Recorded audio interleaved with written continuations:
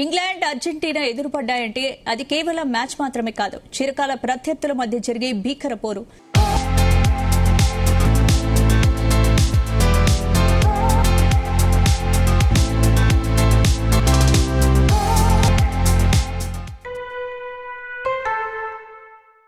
సాధారణంగా క్రికెట్లో భారత్ పాక్ మ్యాచ్ కు ఎంత ఉత్కంఠ ఉంటుందో ఫుట్బాల్లో ఈ రెండు జట్ల పోరు కూడా అంతే రసవత్తరంగా సాగుతుంది.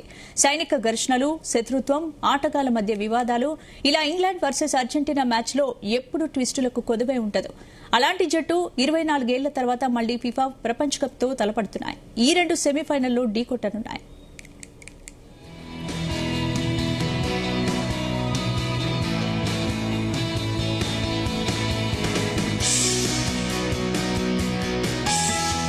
ఈ మెగా టోర్నీలో ఇంగ్లాండ్, అర్జెంటీనా మొదటిసారి 1962లో తలపడ్డాయి. చిలీ వేదికగా జరిగిన ఆ ఫిఫా ప్రపంచ కప్ లో గ్రూప్ దశలో ఇంగ్లాండ్ 3-1తో విజయం సాధించింది. ఈ మ్యాచ్ సాఫీగానే సాగింది, కానీ 1966లో ఆతిథ్య ఇంగ్లాండ్తో అర్జెంటీనా క్వార్టర్స్ లో తలపడింది.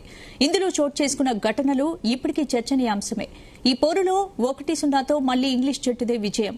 అయితే ఆట మధ్యలో అర్జెంటీనా కెప్టెన్ ఆంటోనియో రాటిన్ 2 సార్లు ఫాల్స్ చేయడంతో రిఫరీ అతన్ని పిచ్ నుంచి బయటకెళ్లాలని చెప్పారు. రాటిన్ వినకపోవడంతో 2 పోలీసులు వచ్చి బలవంతంగా తీసుకెళ్లారు. దీంతో అతడు క్వీన్ ఎలిజబెత్ II కోసం ఏర్పాటు చేసిన రెడ్ కార్పెట్ పై కూర్చొని నిరసన వ్యక్తం చేశాడు. ఈ ఘటన తర్వాత ఫిఫా యెల్లో, రెడ్ కార్డు నిబంధనలు తీసుకురావాల్సి వచ్చింది.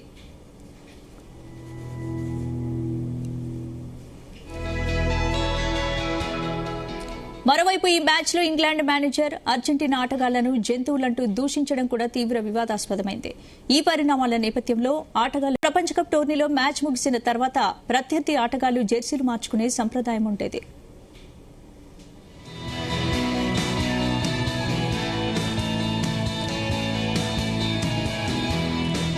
1986లో ఈ రెండింటి మధ్య జరిగిన పోరు చరిత్రలోకెక్కింది. మారడోనా వివాదాస్పద గోల్తో పాటు ఇరు దేశాల మధ్య ఫాల్క్లాండ్స్ యుద్దం తర్వాత జరిగిన మ్యాచ్ కావడంతో చర్చనీయాంశమైంది. ఇందులో 2-1తో అర్జెంటీనా విజయం సాధించింది. అయితే ఇది మోసపూరితమైన గెలుపు అని నాడు ఇంగ్లాండ్లో ఆరోపించింది.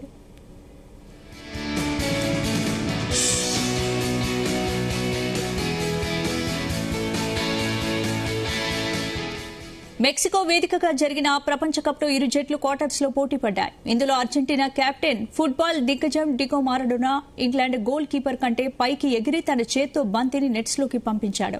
దీనిపై ఇంగ్లాండ్ అభ్యంతరం చెప్పినప్పటికీ రిఫరీ గోల్ ఇవ్వడం వివాదాస్పదమైంది. అనంతరం మారడోనా మాట్లాడుతూ కొంచెం నా తల, మరికొంచెం దేవుడి చేయితో లభించిన కరుణ అని వ్యాఖ్యానించాడు.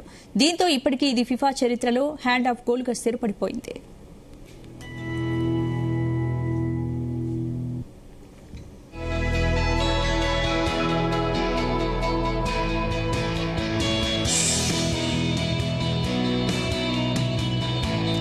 ఈ సుదీర్ఘ చరిత్ర నేపథ్యంలో ఇవాల్టి మ్యాచ్ కోసం అభిమానులు ఉత్కంఠగా ఎదురు చూస్తున్నారు.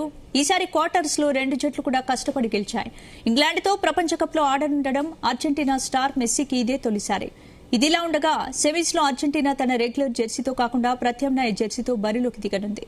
ఇందుకు ఫిఫా కూడా అనుమతి తెచ్చుకుంది.